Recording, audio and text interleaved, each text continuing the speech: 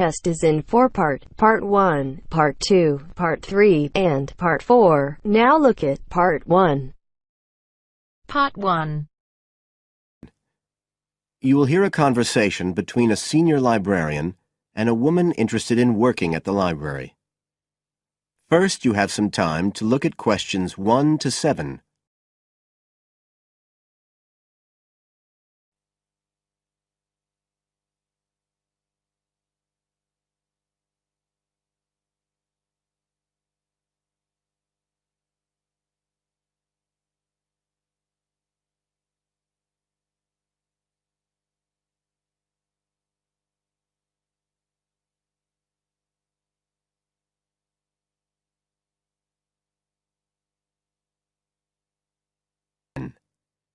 You should answer the questions as you listen, because you will not hear the recording a second time.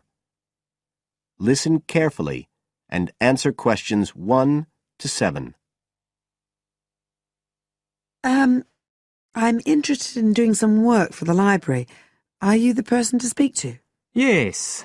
Right. Well, what sort of work are you interested in? Well, I've just come to live here in Australia. I don't want a full-time job until my children have settled down, but I really need to get out of the house a bit. And I heard you need voluntary workers for various projects. Right. But I don't know if I have the right skills. Well, we do provide training. Oh! We always include an orientation to the library, together with emergency procedures. That's fire regulations, emergency exits, first aid so you can cope with accidents or sudden illness. Things like that which are necessary for anyone who's working with the public. Then we give specialist training for particular projects, like using our database system. I do have quite good computer skills, in fact. Oh, great. Is there any sort of dress requirement? Well, all staff have to wear a name badge, so they can be identified if they go outside the staff-only areas. But apart from that, there aren't many regulations. We ask you to sign in and sign out for insurance purposes, but that's all. How about transport? Do you live locally? Well, not too far away. I'm at Porpoise Beach. My husband needs a car during the day, but it's only about 20 minutes on the bus. In fact, we can reimburse part of your travel expenses in that case. Oh! Would that be the same if I came by car? No, because parking is such a problem here. One thing we are looking for, though, is someone who can drive a minibus. No problem. So, do the projects involve going outside the library? Some, yes, but not all. We've just finished one which involved working with photographs taken of the area 50 or 100 years ago. It basically involved what we call encapsulation. Putting them in some sort of covers to keep them safe? Exactly. It's time-consuming work, and we were very grateful to have help with it. Then, sometime next year, we're hoping to begin working on an initiative involving the sorting and labelling of objects relating to local history. We'll be needing help with the cataloguing. Oh, I'd definitely be interested. How about at present? Well, we have a small team who work to support those who are unable to read. Working with the blind? Yes, or other groups who have reading difficulties. We provide volunteers with equipment so that they can take books home with them and read them aloud onto CDs. We're gradually building up a collection that can be lent to those who need them. I can see it would be useful, but I'd really like to do some sort of work where I can get the chance to meet people. How about reading stories to children? That's done by our regular staff. But we do have another project. It's a very long-established scheme which involves helping those who are unable to have direct access to the library. Oh, I noticed someone with a trolley of books when I was at the hospital last week. That sort of thing. That would have been one of ours, yes. It's one of our most popular services. Lots of people who wouldn't dream of going to the library normally or when they're at home borrow a book when the trolley comes round the ward. I can imagine. Yes, I'd definitely be interested in that. Right, so how do I enrol? Well, we do ask all volunteers to commit themselves to a regular period each week. I could probably do 5 or 6 hours. Oh, be careful not to take on too much. But we do need someone for a couple of afternoons from 2 to 4, so 4 hours altogether. That sounds fine. Before you hear the rest of the conversation, you have some time to look at questions 8 to 10.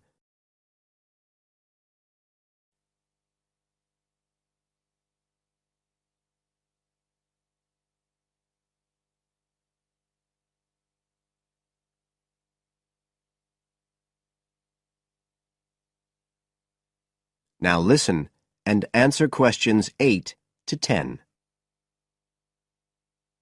Right, so here's the application form. It asks the usual questions, name and address and telephone number. You also need to fill in details of who we should get in touch with in case of any accident or problem like that. We do need to have that filled in.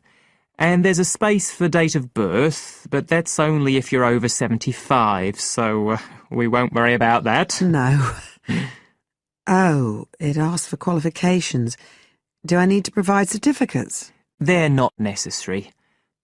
We'll need the names of 2 referees, not relatives or family members, obviously.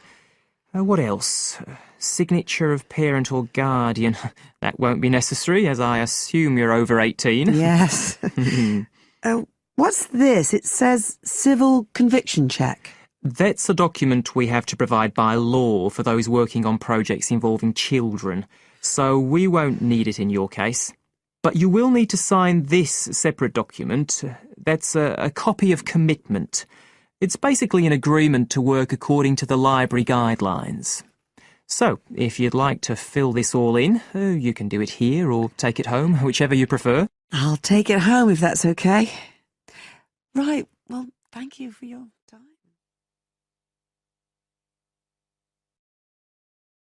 That is the end of part 1. Now turns to part 2. Part 2. You'll hear a radio program on the process of making beer. First, look at questions 11 to 14.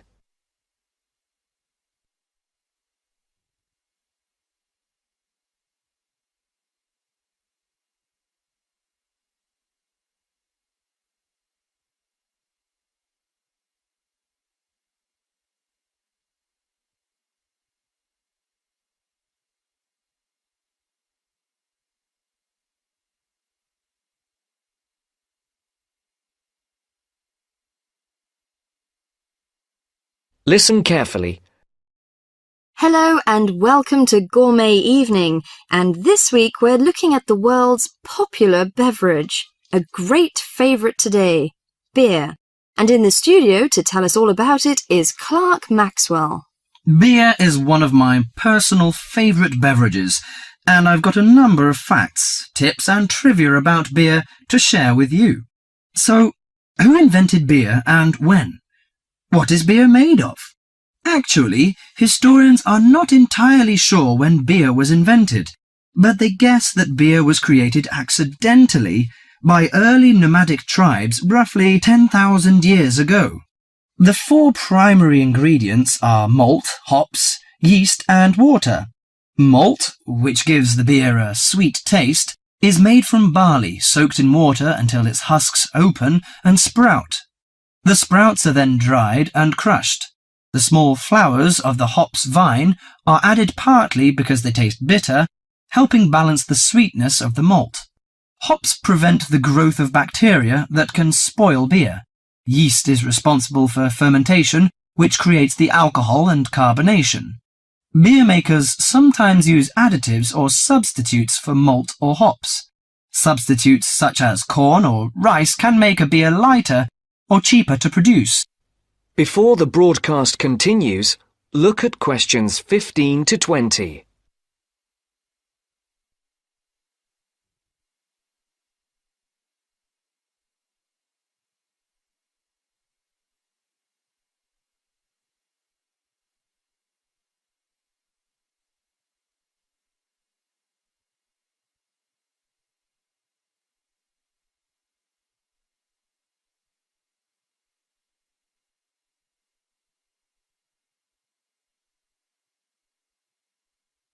You will now listen to the second part of the talk. Adding fruit gives beer a fruity taste. Beer is not high in alcohol, as we know. The lowest type, light beer, contains no more than 2% alcohol, and the highest may reach 6%. Other drinks such as wine are more alcoholic. Wine contains 8 to 20% alcohol. But that is not to say drinking beer is no danger at all. Like all alcoholic beverages, beer can make it difficult to drive and think clearly. Excessive drinking can also lead to liver damage, high blood pressure, stomach ulcers, and other health problems. However, beer also helps prevent some health problems when consumed in moderation.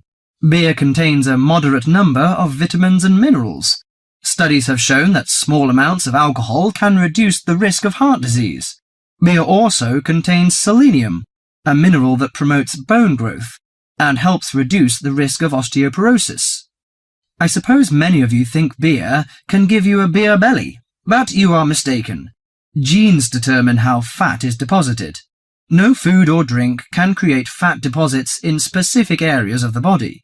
As with all foods, the more calories you consume, the more likely they are to be stored as fat and cause weight gain. Beer contains no fat and averages 150 calories per serving. Well, one more thing.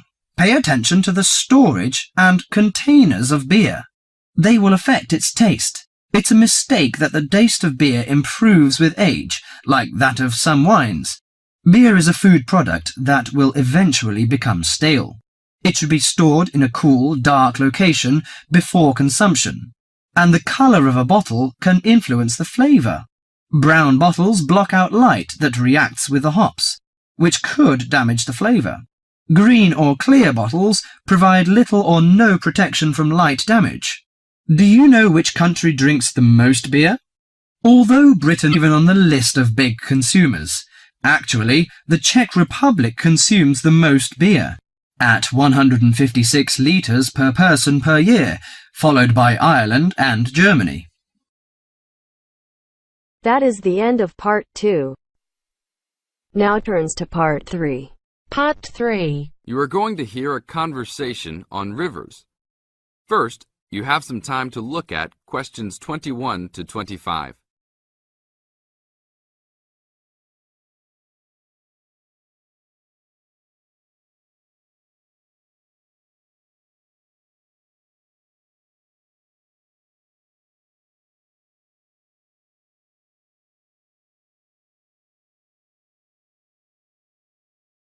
Now listen to the tape and answer the questions. Please tell me about the current state of the Amazon. We have increased deforestation, increased human population relating to deforestation, and a role of fire in the Amazon on a scale that's never been seen in history. At the same time, you can see progress in trying to counter that negative trend. How do you see this? We see this in the creation of national parks and indigenous areas, and efforts to fund sustainable development activities for locals. We see both good and the bad, and it's going to be a race to finish. I understand that you started the Minimum Critical Size of Ecosystems project. Could you tell me about it? A number of years ago, it became apparent that those practicing conservationists didn't have the scientific information available to properly design a conservation area. They didn't know how big it had to be, right? People were learning that as forests fragment, the fragments begin to shed species after they become isolated, so they end up becoming poor examples of what they had been. This relates to the size of the fragment. Do people still study this? Yes, there is a rich subfield of conservation biology that looks at the efforts of fragmentation. One of the consequences is a general policy response to set up protected areas that are fairly large, something on the order of 1,000 square kilometres.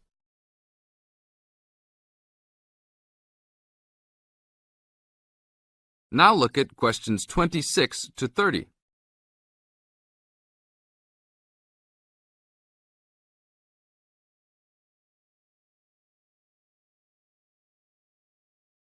As the talk continues, answer questions 26 to 30.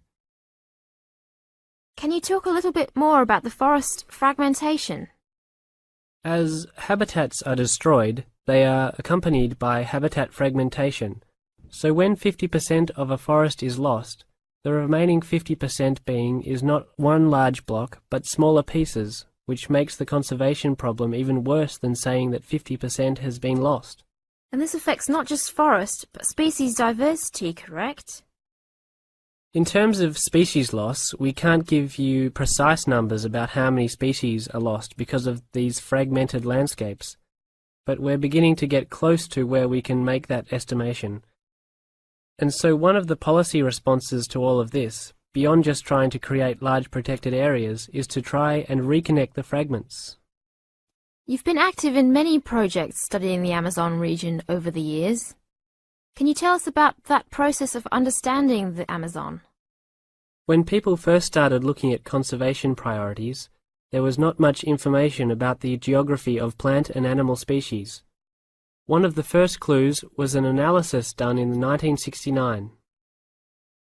This looked at bird species and found geographic clusters of species which occurred nowhere else. And those are priority areas for conservation. Was this when people began prioritizing refuges? Yes, it was the first time that someone looked basin-wide at priorities, giving priority to so-called refugean areas. Was this when the new trend to use geographic information systems, or a GIS, started? That was in 1990 after we worked out a whole set of biological and conservational priorities and produced a big map using GIS. What are some of the things that GIS does? Well, there are several advantages of using a geographic information system. First, you can continually update the system so that it's now a constantly changing picture. You can actually watch changes. Then you can include large amounts of data, including information about the vectors of development. Roads, railroads, pipelines, hydroelectric projects, etc. And finally, because it is accessible on the internet, it makes this information available to anyone who's interested. That is the end of part 3. Now turns to part 4. Part 4. First, you have some time to look at questions 31 to 40.